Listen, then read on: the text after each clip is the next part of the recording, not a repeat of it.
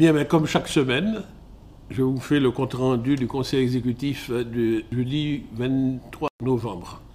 Alors, il était fort long, il était présidé par le président Marie-Jeanne en personne, qui a pu revenir de la mission qu'il avait conduite à Paris.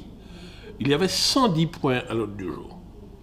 Alors, je passe rapidement en revue. Alors, d'abord, dans la rubrique formation professionnelle, nous avons eu à examiner à la demande de 48 demandeurs d'emploi, des demandes d'aide individuelle à la formation pour des formations qu'ils vont faire en Martinique quand ils sont accordés.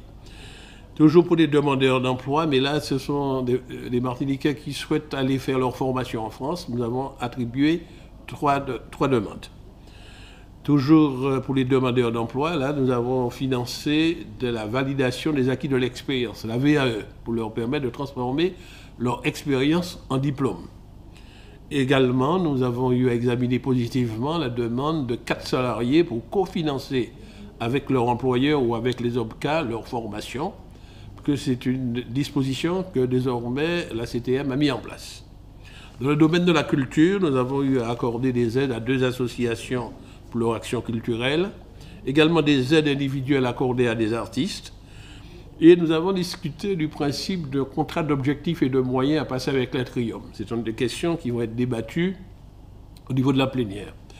Et nous avons au niveau du conseil exécutif validé un dispositif pour permettre aux élèves de venir visiter nos centres culturels et nos musées, mais également nous avons voté une charte pour une espèce de règlement intérieur pour qu'on va communiquer aux jeunes, aux élèves et aux comédiens pour les conduites à tenir dans les musées.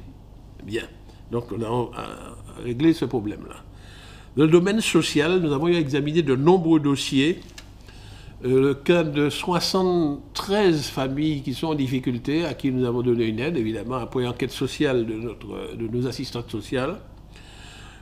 Dans le domaine de l'aide à l'amélioration de l'habitat, les dossiers étaient nombreux. Ce sont des dossiers qui sont portés par des opérateurs sociaux agréés. Et nous avons voté des aides pour 218 familles pour améliorer leur habitat. Également, nous avons attribué des aides à 9 associations du secteur social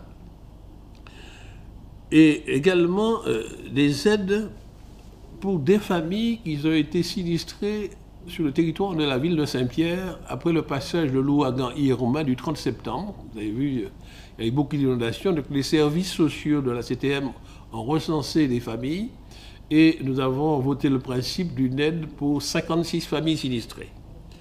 Et puis, nous avons renouvelé la mise en place d'un dispositif, celui qui consiste à aider les assistantes maternelles pour qu'elles fassent l'acquisition d'équipements. Ce sont des personnes qui gardent les enfants à leur domicile, ce sont des assistantes sociales agréées, donc la CTM leur donne une aide pour les équipements. Dans le domaine de l'éducation, nous avons eu à examiner des demandes de 3 collèges qui souhaitent mettre en place des classes relais. Et puis, il y a également 8 établissements scolaires, 7 collèges et un lycée qui ont demandé des financements complémentaires, à la fois pour faire l'acquisition de remplacer certains équipements défectueux et également pour leur budget de fonctionnement.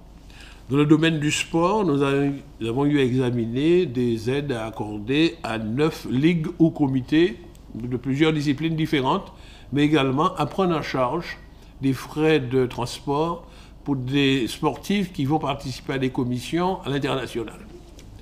Dans le domaine économique, nous avons eu à examiner d'une part des aides pour le soutien à des très petites entreprises, 6 petites entreprises, également dans le secteur agricole. Nous avons eu à examiner le dossier de 39 petits agriculteurs qui ont été victimes des intempéries en 2016. Les dossiers étaient longs à instruire, mais là, on a réglé le problème de 39. Dans le secteur de la pêche, nous avons voté des aides en faveur de 5 marins-pêcheurs pour les aider à recruter des matelots. C'est un dispositif qui existe, puisque le matelot lui-même a besoin d'un certain nombre d'heures de navigation pour valider sa formation, son diplôme. Dans le domaine de la gestion des fonds européens, les dossiers étaient nombreux. 39 dossiers. À la fois, ils concernaient le fonds du FEANT, c'est-à-dire le fonds pour la pêche, et nous avons eu à examiner les dossiers des marins-pêcheurs pour le surcoût. Alors, je rappelle de quoi il s'agit. L'Europe a accepté de donner de compenser le surcoût, parce que pêcher dans nos eaux, ça coûte plus cher que dans les eaux européennes, mais c'est en fonction du nombre de poissons, de produits de la pêche pêchés, vendus et déclarés. Donc nous avons rattrapé des dossiers qui étaient là depuis 2014, 2015, et actuellement nous avons pu aujourd'hui régler aussi des dossiers de 2016. Et nous commençons, nos services commencent à instruire les dossiers déposés en 2017. Mais également, il y a eu des aides pour les entreprises du secteur agricole et dans les entreprises des services, donc 29 entreprises concernées, mais également des associations qui font des ateliers chantiers d'insertion. 4 dossiers ont été examinés. Certains de ces dossiers, compte tenu du montant de l'opération, seront présentés en plénière. Dans le secteur des aides aux communes, nous avons eu à examiner des aides pour répondre à des demandes de 31 communes sur 34. Nous avons noté qu'il y avait 3 communes qui n'ont pas fait de demande. Il s'agit de Bellefontaine, de Macouba et de Font-Saint-Denis, mais tous les autres, 31 communes, ont présenté des dossiers dans le cadre d'un dispositif qui s'appelle l'aide de la collectivité territoriale aux communes. Donc, 31 communes ont pu bénéficier de l'aide. Et en particulier, sur la commune de Saint-Pierre, il y a une demande particulière.